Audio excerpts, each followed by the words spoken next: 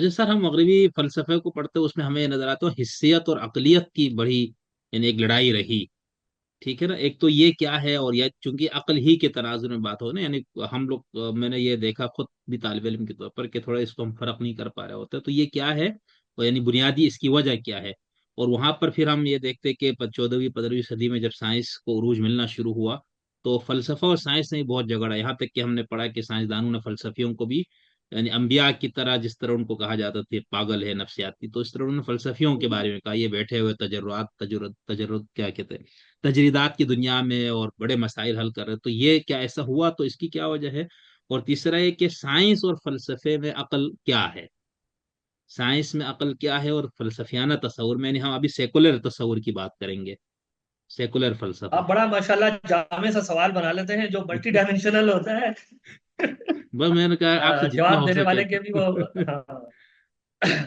Test کرتا ہے اسے. اچھا دیکھیں، یہ جو عقلیت پسندی اور حسیت پسندی کی جو ڈیبیٹ ہے وہ یہی بحث تھی کہ علم کی سیکیور فاؤنڈیشن کیا ہے. جب میں یہ رائے رکھتا ہوں کہ میں حقائق کا ادراک رکھتا ہوں، تو حقائق کا وہ کون سا ادراک ہے جس کے بارے میں یہ کہہ سکتا ہوں کہ ان پہ شک نہیں ہوگا، یعنی یہ the most secure foundation of knowledge.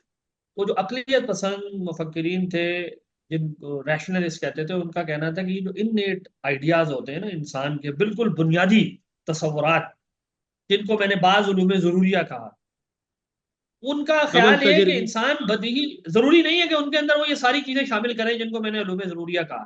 میں یہ کہہ رہا ہوں انیٹ آئیڈیاز کا مطلب یہ ہے کہ انسان کچھ حقائق کا ادراک فطری طور پر لے کر پیدا ہوتا ہے. صحیح. اور وہ جو ادراک ہے نا وہ سب سے سیکیور فاؤنڈیشن ہے. ہر علم اس کے اوپر کھڑا ہوگا، اس کے اوپر شک نہیں کیا جائے گا. اگر اس کو ہم شک کی نگاہ سے دیکھیں گے تو کام خراب ہو گیا. اور اس کو تجربے سے ماخوذ بھی نہیں کہیں گے، کیونکہ تجربہ ان کو پری سپوز کرتا ہے، نمبر 1. اور دوسری چیز یہ کہ اگر ان کو تجربے سے استقراء کے ساتھ آپ نے جوڑنے کی کوشش کی، تو استقراء تو سب کو معلوم ہے کہ وہ تام جب تک نہ ہو وہ ناقص ہوتا ہے، وہ علم کبھی بھی قطعی نہیں ہوتا.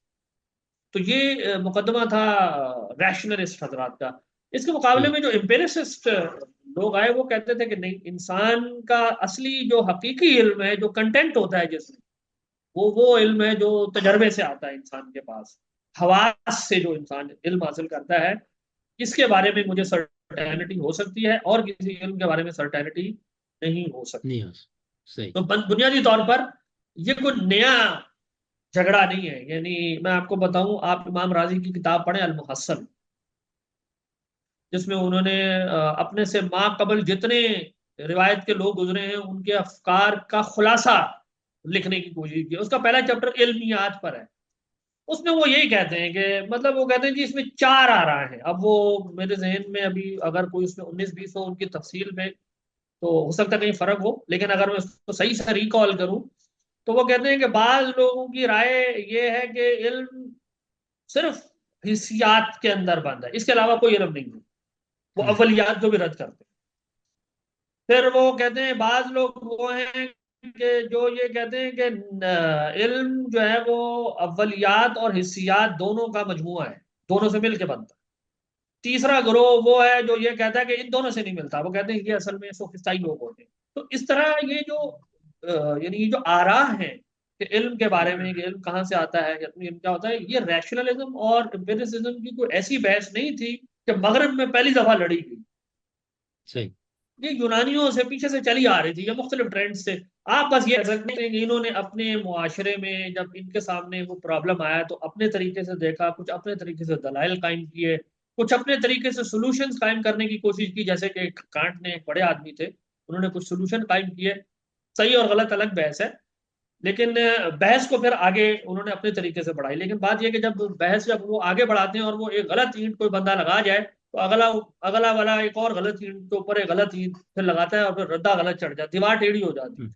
تو ہم مغربی بحثوں کے اندر ان بحثوں کو یوں دیکھتے ہیں کہ ان کے جو سولوشن گیور تھے نا وہاں کہیں خرابی پیدا کر کے گئے، جس کی وجہ سے دیوار سیدھی نہیں بنتی رہی. تو ایک تو یعنی یہ اختلافات اس طرح تھے. اچھا، دوسری چیز آپ نے اپنے سوال کے اندر یہ پوچھی کہ آگے چل کے مغرب میں جب سائنٹزم آئی ہے تو اس نے پھر میٹا فزکس کا انکار کرنا شروع کیا. اور یہ بات ٹھیک ہے، بالخصوص جو لاجیکل پازیٹیوسٹ جو 20ویں صدی کے اندر ایک پوری ٹریڈیشن گزری ہے، ان کا یہی کہنا تھا کہ علم بس وہ ہے جو حواس سے ویریفائیبل۔ وہ اس حد تک آگے چلے گئے کہ انہوں نے کانٹ کے اوپر بھی نقد کیا کہ یہ تو کانٹ کا کہنا تھا نا کہ ایک ایسے مطلب کیٹیگریز ہوتی ہیں جن کو وہ سنتھیٹک اے پرائری کہتا ہے، وہ کہتے ہیں وہ بھی نہیں ہوتا، وہ ایسے بے معنی جملے، یعنی ان کے خیال میں بامعنی جملہ وہ ہے جس کا کنٹینٹ تجربے سے ویریفائیبل ہو۔ اب ظاہر ہے ان کے اوپر سب سے پہلی تنقید تو یہی ہوئی تھی کہ یہ جو تم جملہ بول رہے ہو کیا یہ امپیریکلی ویریفائیبل ہے کہ بامعنی علم وہ ہے جو تجربے سے ان کی فکر کے اندر کہ آپ بہت زیادہ آگے لے گئے۔ تو ان لوگوں نے پھر آ کے میٹا فزکس کا مذاق اڑانے والی کیفیت اور یہ ساری چیزیں ان کے اندر تھی، لیکن یہ نہ چلنے والی بات تھی اور نہ چلی۔ لیکن بات یہ کہ غلط فکر بھی ہو وہ اپنے انڈے بچے دے کر جو ہے وہ اپنے ساتھی کچھ پیدا کر لیتی ہے، کچھ ذہین لوگوں کو متاثر کر لیتی ہے۔ یعنی آپ سوچیں گے یعنی آپ کیسی ہی فکر رکھیں، کچھ لوگ آپ کے ساتھ چل پڑتے ہیں اور وہ اگر انفلوئنشل ہو وہ بالکل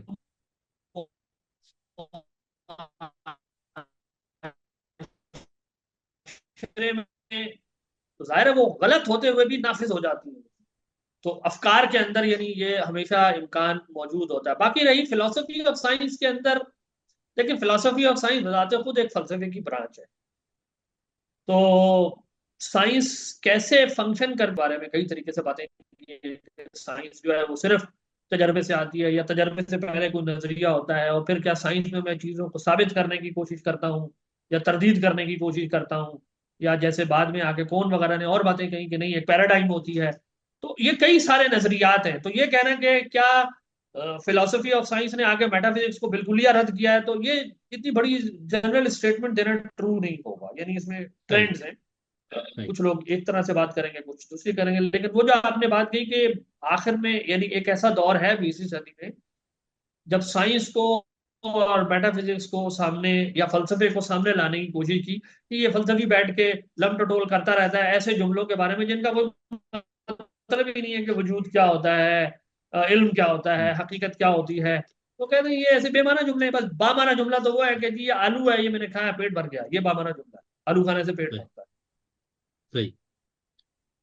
تو یہ منطقی اثباتیات والے انہوں نے یہ کیا، آخری جو تحریک آپ فرما رہے تھے جی بالکل لوجیکل پروڈیوس، ٹھیک بالکل بالکل، یہ منطقی اثباتیت والے ہی وہ لوگ تھے جن کا میں نے ذکر کیا نا، انہوں نے یہ اولیات کو بھی شک کی نگاہ سے اور ان کو بے معنی یہ کہنا شروع کر دیا، یہ لاجیکل فارمز ہیں بس۔ اور اس سے متاثر ہو کے ہمارے ہاں بھی بعض لوگوں نے کہنا شروع کر دیا کہ ہاں ایک ایسی دنیا ہو سکتی ہے جہاں انسان اس سے بھی ٹرانسینڈ کر جائے۔ متکلمین میں آپ کو بتاؤں شدید رد کریں گے، یعنی متکلمین کے سامنے آپ یہ بات کریں وہ کہیں گے یہ ہو، یعنی وہ اس بارے میں اتنے کلیئر ہیں، وہ کہتے ہیں یہ محال ہے، ہمارے لیے محال نہیں ہے، خدا کے لیے بھی محال ہے، کیونکہ یہ قدرت کی ڈومین میں نہیں آتی۔ یعنی یہ قدرت یہ جو محال ہوتا ہے وہ مقدور ہی نہیں ہوتا۔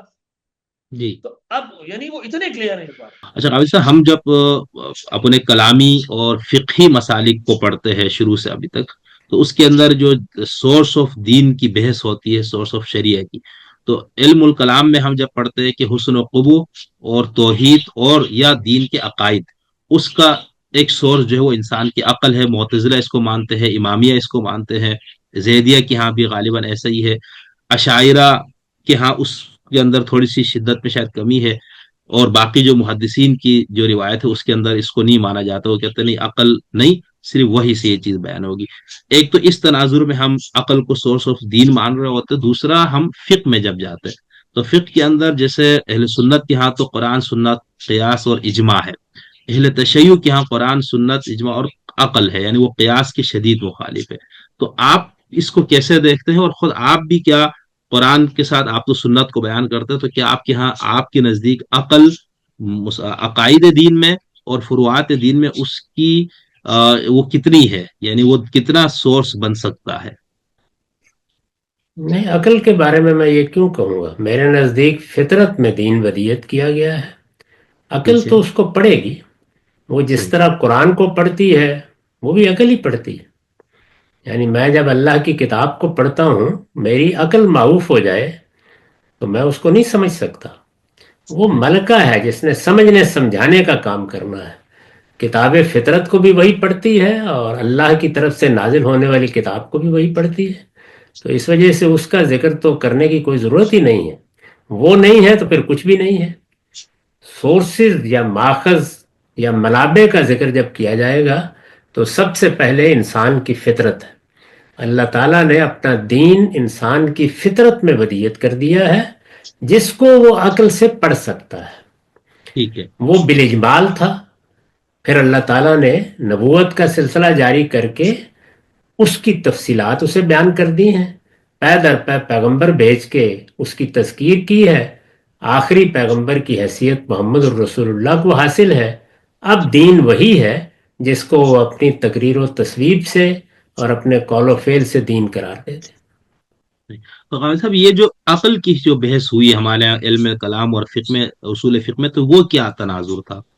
وہ کوئی اشتباہ ہے؟ میں نے عرض کر دیا کہ ہمارے ہاں چیزیں کیا ہیں ان کے بارے میں ظاہر ہے لوگوں کے سمجھنے میں اختلافات ہوئے ہیں. وہ اختلافات پھر ان کے علم میں بھی ظاہر ہوتے ہیں، ان کے استدلال میں بھی ظاہر ہوتے ہیں. میں عقل کو یہ حیثیت دیتا ہوں، یعنی میرے نزدیک عقل وہ ملکہ ہے جس سے میں اپنے باطن کو بھی پڑھتا ہوں اور ظاہر کو بھی. میرے سامنے دنیا کیا ہے؟ وہ نفس اور مادہ ہے، اور اس میں کیا چیزیں سامنے آتی ہیں؟ جب میں تحلیل کرتا ہوں تو شے آتی ہے، قوت کا ظہور آتا ہے. ایک کو میں اسم کہتا ہوں، دوسرے کو میں فعل کہتا ہوں. یہی بس میری پوری کائنات ہے. تو اس کو پڑھنے کا کام کون کر رہا ہے؟ یعنی وہ کون سا ملکہ ہے؟ وہ عقل ہے. عقل میری فطرت کی کتاب بھی پڑھ رہی ہے اور اللہ کی کتاب بھی وہی پڑھ رہی ہے، سنت کو بھی وہی سمجھ رہی ہے. تو میرے نزدیک اس کا اگر استعمال ہونا ہے تو اس کے صحیح مقام پر ہونا چاہیے. میں نے اس کو ہمیشہ یہی استعمال کیا ہے. میرے ہاں آپ کو میری پوری کتاب میزان میں یا البیان میں کسی جگہ یہ نہیں ہوگا کہ یہ عقل اس کا ماخذ ہے. فطرت ماخذ ہے یا اللہ کی شریعت ماخذ ہے. صحیح. تو غامد صاحب میں آپ جیسا آپ فرما رہے ہیں، اور پہلے بھی آپ نے بہت خوبصورت اس کو وضاحت سے بیان فرمایا عقل، تو آپ یہ فرما رہے ہیں کہ عقل محض ملکہ فہم ہے، جبکہ فلسفیوں کے ہاں تو عقل اس سے بہت بڑی چیز ہو جاتی ہے، جس سے وہ تمام تر خیر و شر اور دنیا، اور اگر کوئی دنیا کی بات کی کسی چیز کو مانے تو ان سب کے لیے اس کو سورس مانتے. تو اس میں آپ فلسفیوں سے مختلف ہے نا عقل کی ڈیفینیشن. میرا خیال ہے ذریعے کو منبع مان لیا گیا ہے، یہ غلطی ہے. تو یہ جتنے بڑے دماغ گزرے ان سب کو یہ چیز بالکل واضح نہیں ہو سکی. یہ تو اب آپ ان سے اگر ملاقات کا موقع تو ضرور پوچھیے. میرے نزدیک تو جو اللہ کی کتاب نے رہنمائی فرمائی ہے، میں پھر عرض کر دوں کہ یہ سارا مسئلہ کہاں سے پیدا ہو رہا ہے. یہ لوگ اس کائنات پر غور کر رہے ہیں، نفس اور مادہ دونوں کا مطالعہ کر رہے ہیں بغیر ہدم والا کتاب منیر. میرے لیے اللہ کی کتاب ہدایت بھی ہے اور کتاب منیر بھی. اس نے ان میں سے ایک ایک چیز کا جواب دے دیا ہے. جب اس نے جواب دے دیا ہے تو ہر چیز روشن ہو گئی ہے. یہ میں نے جو کچھ آپ کی خدمت میں عرض کیا ہے، اس میں کوئی چیز بھی ایسی نہیں ہے کہ جو میں نے کہیں سے الہام حاصل کر لیا ہے. نہیں، اللہ کی کتاب میں اسی طرح بیان ہوا ہے. یعنی فطرت ماخذ ہے تو اس کو بھی قرآن نے بیان کیا ہے. عقل ایک ملکے کی حیثیت سے فیصلے کرتی، حکم لگاتی اور چیزوں کو علم میں تبدیل کرتی ہے، اس کو جگہ جگہ قرآن نے بیان کیا ہے.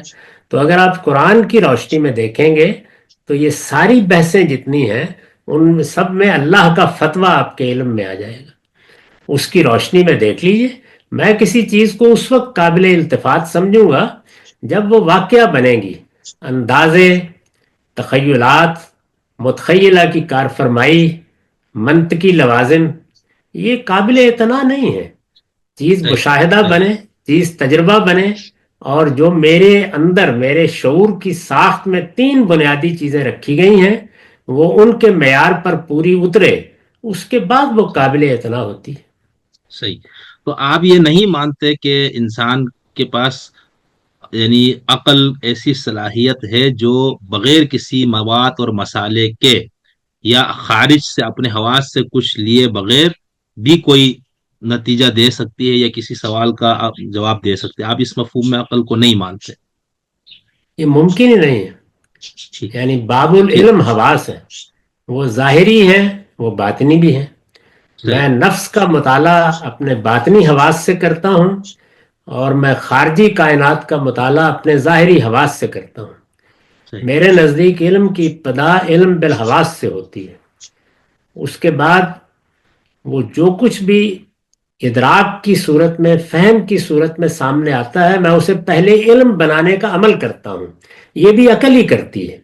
اور اس کے بعد میں معلوم سے نامعلوم کا سفر کرتا ہوں.